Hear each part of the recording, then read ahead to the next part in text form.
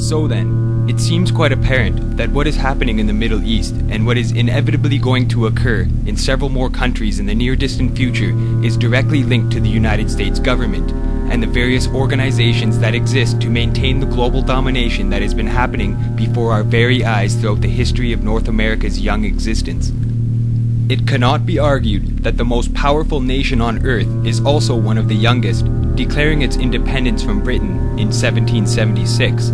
This is a very important point to examine because before 1776, America was nothing but a group of colonies founded by Europeans, and Canada only recently declared its independence from Britain. However, the fact remains that the documents signed were merely paper, and European power still controls both nations. The Queen's face is still printed on Canadian currency.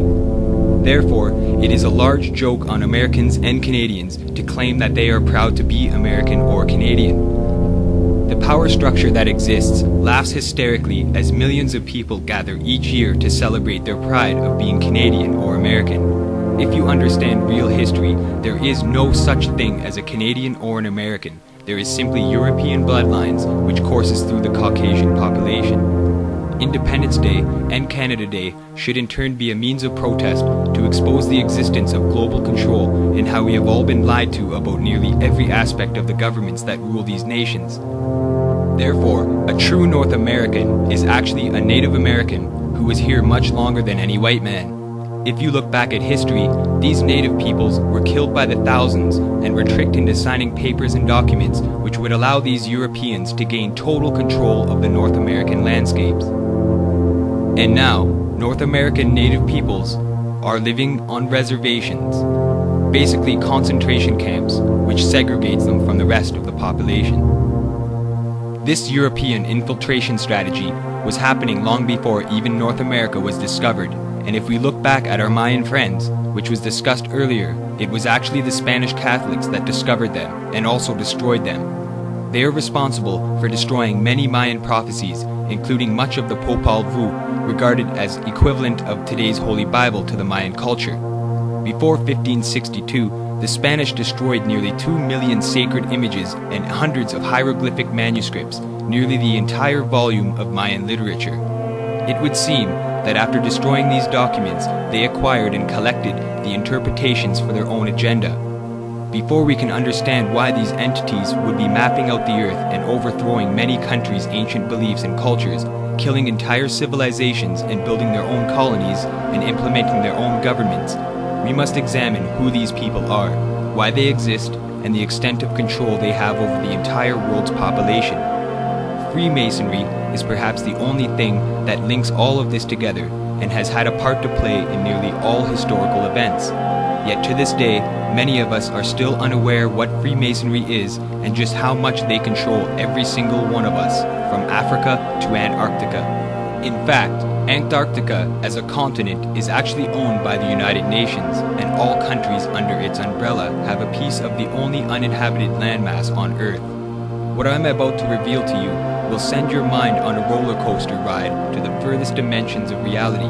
Some of this information has never been presented, and it is strongly urged that all of you research these topics furthermore. Everything fits together in one giant puzzle when you put all the pieces together. For obvious reasons, we never hear about this sort of stuff on the news. Secret hidden knowledge and information is kept from the people so that the plans being implemented cannot be stopped. And if a protest or disagreement is to surface, it's way too late to do anything about it. This explains fully why there is so many wars happening all the time, and a declaration of war is never signed or announced by the administrators. Let's face it, people, the news and media are there to deceive us and keep our minds focused on things that do not relate whatsoever to current global events and the crimes against humanity which occur on a daily basis. This is why anyone who speaks of the New World Order, the Illuminati, Skull and Bones, or anything of the likes are considered nuts or conspiracy theorists. However, the things that these theorists are studying are not publicized through media sources, and stories on these issues are not presented to the public. Why do you think that is? Now, before we can go any further, we need to make a few things certain. Many people are confused, on purpose, about what the New World Order is, and cannot even explain or differentiate the difference between the Illuminati and the New World Order. This differentiation needs to be understood well, and if you do not believe that these entities even exist in the first place, then I'd like for you to stop watching this documentary and do a lot more investigating before you watch this any further. These entities do in fact exist, and I'm going to explain to you why they exist, what has been happening, and where all of this is leading to. As I have mentioned prior, the Freemason structure is at the root of it all, and have been in existence for much longer than they have been given credit for. The Freemasons are directly responsible for nearly all of history's massacres, and its arms and branches of subcults and organizations make all of the decisions being made about life as we know it. This Masonic control grid is spread all across the planet, and very few countries are actually free from the grasp of its tyrannical intentions. When a country is overcome, and its leaders killed or bribed into joining in on the world's money-based and economic structure, this sets the stage for a governmental system to be set into place. If you split the word governmental, you are left with two common words: govern, or to control and maintain, and mental, or one's mind and actions, behaviors, and decisions. The word parliament is also two French words, the word parler, which means to speak, and the word léman, which is to deceive or trick. So therefore, it's very out in the open as to what this means in notions. The entire reasoning for a government system to exist in the first place is to implement a structure based from laws and regulations to control the mind of its people and to tell us lies and to deceive us on a daily basis, which affects every single aspect of human life imaginable. So then, an important note to consider and fully understand is how this was allowed to happen in the first place, and who it is that even makes the decision to have a government put into action. Who makes these decisions? During the past 200 years, while the peoples of the world gradually were winning their political freedom from monarchies, the major banking families of the world were nullifying the trend toward representative government by setting up new dynasties of political control, but behind the scenes, in the form of international financial combines. These banking dynasties had learned that all governments, whether they be monarchies or democracies, must borrow money in times of emergency, and that by providing such funds from their own private resources, with strings attached, of course, gradually they could bring both kings and democratic leaders under their control. Dr. Quigley believes that people should be more familiar with the identities of these clever banking dynasties. They include such names as Baring, Hambros, Lazard, Erlanger, Warburg, Schroeder, Seligman, the Spires, Mirabeau, Mallet, Fold, and above all, Rothschild and Morgan. You see, there are two kinds of law. This is a subject I love. I've been talking about this for years. There are two kinds of law on the earth that rule the whole world, but most people don't know that.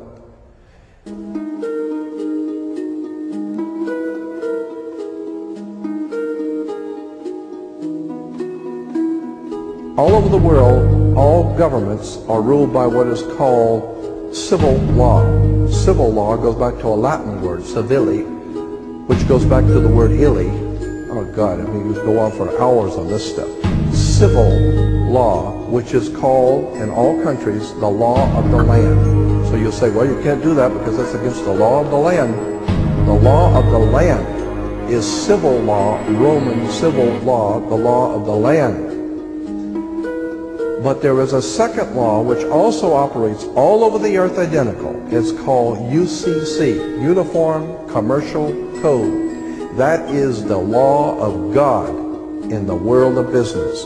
I don't care if you're in Japan, in Africa, in China, in Istanbul, Turkey. If you have a company, if you have a corporation, if you are doing business where you buy and sell and make money, you are operating on this earth under something called UCC, Uniform Commercial Code. Because if all countries worked on a different commercial code, then nobody could do business with anybody. You couldn't trust Japan to pay you. Japan couldn't trust America to pay them for the cars, because everybody has their own laws. Under the Caesars of Rome, they established under Caesar that all nations in the empire that do business, everybody plays on a level field. If you do business in Africa with China, you pay them.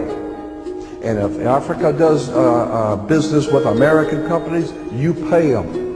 You pay. Whatever it is you're doing business, you don't mess around. The most severe law in this world is called UCC, Uniform Commercial Code. It's the Bible of business on the earth. Uniform Commercial Code. Uniform Commercial Code is based directly on Vatican canon law, on the Roman canon law. Consequently, when a ship pulls into port, it pulls in and stops, and it's called in its berth. The ship is now in its berth. Because it is on the law of the high seas, or commercial maritime, UCC commercial law, rules the seas. So when the ship pulls into its berth, the first thing the captain must do is to present a certificate of manifest to the port authorities, which means that the port authorities need to know how much is on this ship that you're bringing into our country and our economy. How many TVs, how many cars, whatever you're bringing, how much you're bringing into our economy. So you have to have a certificate of manifest of what is the value of your ship here. What are you doing? Consequently, when you are born, you come out of your mother's water.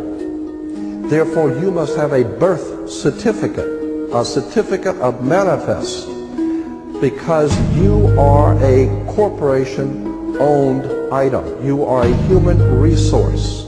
This goes back to the German Nazi concept that every human coming out of their mother's water must be birthed. And therefore you have to have a certificate, a manifest, to see how much this individual is going to make for us in our new world order.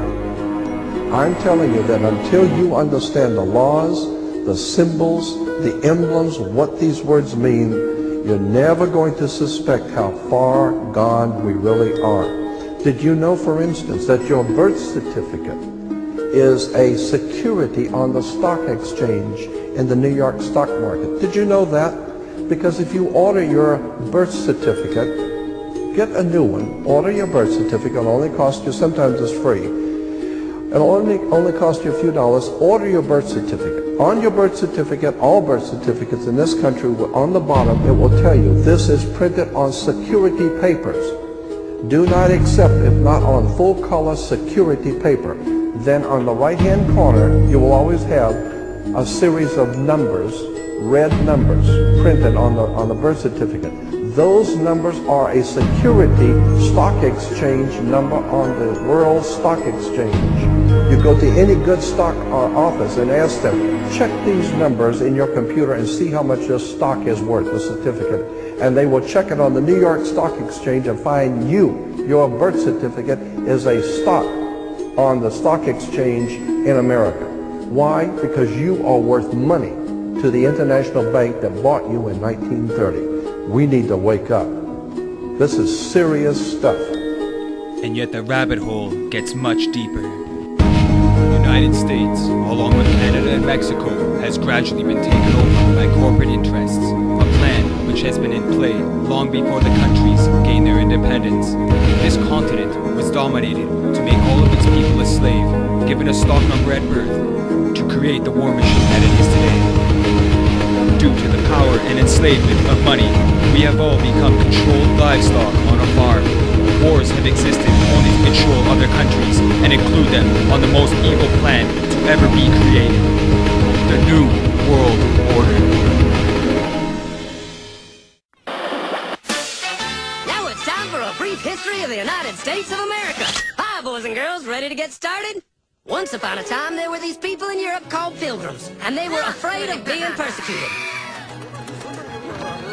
So they all got in a boat and sailed to the New World where they wouldn't have to be scared ever again. Oh, I'm so relaxed. I feel so much safer. But as soon as they arrived, they were greeted by savages, and they got scared all over again. Indians! So they killed them all.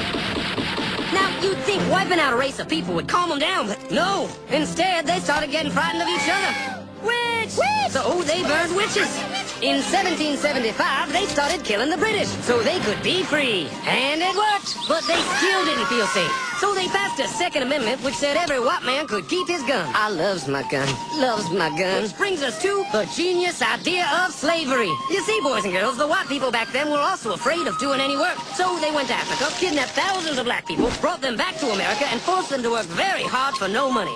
And I don't mean no money like I work at Walmart and make no money. I mean $0. Nothing. Not a zip. Doing it that way made the USA the richest country in the world.